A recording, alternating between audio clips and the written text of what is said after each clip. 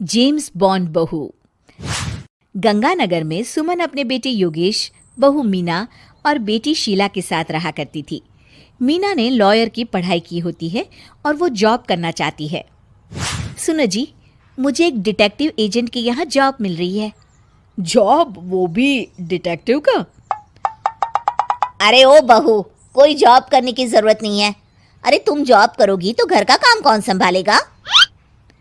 मीना घर के कामकाज पर ही ध्यान देने लगती है। सुमन भी उसे काम पर लगाए ही रखती है। इधर शीला कुछ ज्यादा ही वक्त कॉलेज में बिताने लगती है। अरे इतनी रात हो गई, कहाँ थी तुम बेटा अब तक? फोन भी नहीं लग रहा था तुम्हारा। माँ, वो हमारी एक्स्ट्रा क्लासेस चल रही है ना, और फोन की ना बैटरी खत्म हो गई थी। अरे तो किसी और के फोन से इन्फॉर्म कर देती माँ, और मुझे कितनी चिंता हो रही थी। धीरे धीरे शीला रोज ही देरी से घर आने लगती है। कभी पढ़ाई का बहाना बनाती तो कभी कुछ और। देखो शीला, इस तरह चला तो मैं तुम्हारा कॉलेज बंद करवा दूंगा। ऐसा मत बोलिए ना, मैं समझाती हूँ इसको।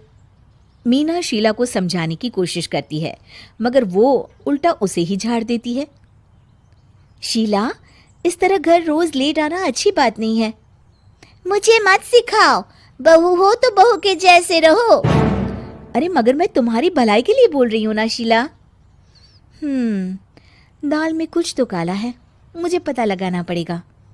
मीना अपना डिटेक्टिव वाला दिमाग लगाने लगती है। वो शीला की एफबी और इंस्टा प्रोफाइल्स को अच्छे से चेक करती है और उसको शक हो जाता है कि शीला का चक्कर किसी साहिल नाम के लड़के के साथ चल रहा होता है। वो शीला को समझाने की कोशिश करती है।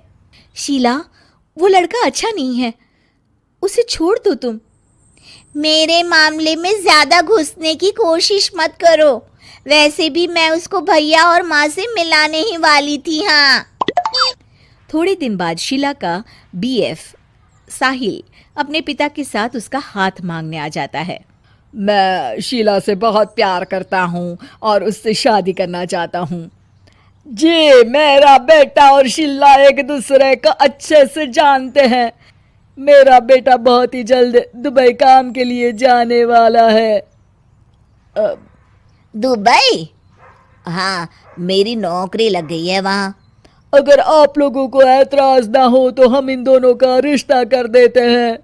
सीमा दुबई का नाम सुनकर प्रभावित हो जाती है और योगेश से सलाह मशवरा करके रिश्ते के लिए हाँ बोल देती है। अजी, अब जब बच्चों ने एक दूसरे को पसंद कर लिया है तो हम कौन होते हैं मना करने वाले? आप तो उसके दुबई जाने से पहले ही शादी तय कर दीजिए। हे भगवान, क्या हो रहा है ये सब? बस दुबई का नाम सुनते ही माँ जी उनकी बातों में आ गई। मुझे ही कुछ करना पड़ेगा। अब सुनिए जी, आपको नहीं लगता माँ जी ने रिश्ता तय करने में जल्दबाजी कर दी है? हाँ, सो तो है। बस मुझे तो ये लग रहा है कि हमें पहले लड़के और उसके परिवार की अच्छे से जांच पड़ताल करनी चाहिए। तुम माँ के फैसले पर शक कर रही हो मीना? नहीं नहीं जी, मेरा वो मतलब नहीं था। तो और क्या मतलब था? चुपचाप अपने काम पर ध्यान दो और घर की मुखिया बनने की कोशिश मत करो। हे भगवान, ये ऐसे नहीं मानेंगे, मुझे ही कुछ करना होगा। मीना अपना डिटेक्टिव माइंड लगाती है और साहिल और उसके परिवार के बारे में पूरी तरह से जांच पड़ताल करती है। तभी साहिल के पापा उनके घर कॉल करते हैं। जी, वो साहिल की दुबई जाने की टिकट करवा रहा था। अगर आप हाँ बोले तो शादी होते ही शीला भी उसके साथ ही दुबई चली जाएगी। अरे नेकी और पूछ पूछ जरूर करवा दीजिए। ठीक है ठीक है, वो ना थोड़े पैसों की कमी पड़ रही थी। आप बस 1 लाख रुपए ट्रांसफर कर दीजिए हमारे अकाउंट में।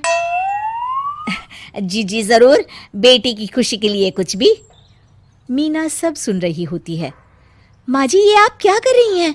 हम उनको अच्छे से जानते भी नहीं हैं। अरे तू चुप कर, हर वक्त टोक लगाती रहती है। मीना को जांच पड़ताल करने पर एक बहुत बड़ा सबूत मिल जाता है। माँ जी, मैंने आज तक आपसे कुछ नहीं मांगा, मगर आज कुछ चाहती हूँ आपसे। अरे बोल भी दे। वो मेरी एक दोस्त है ना जिसका नाटक है, मैं चाहती हूँ आप सब भी चले वो देखने। अच्छा, बस इतनी सी बात? ठीक है। और अगले दिन शाम को सब तैयार होकर नाटक देखने जाते हैं। स्टेज से पर्दा उठता है और सभी देखकर हैरान हो जाते हैं कि स्टेज पर कोई और नहीं बल्कि साहिल और उसके पापा ही होते हैं। अरे साहिल यहाँ कैसे?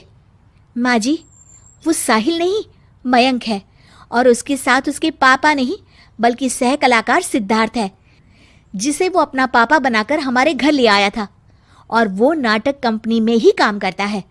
वो साहिल बनकर आपको चीट कर रहा था। हे भगवान, अरे अरे ये सब क्या है? माँ जी, इतने दिनों से दोनों का पता लगा रही थी मैं, तब मुझे इन सब बातों का पता चला।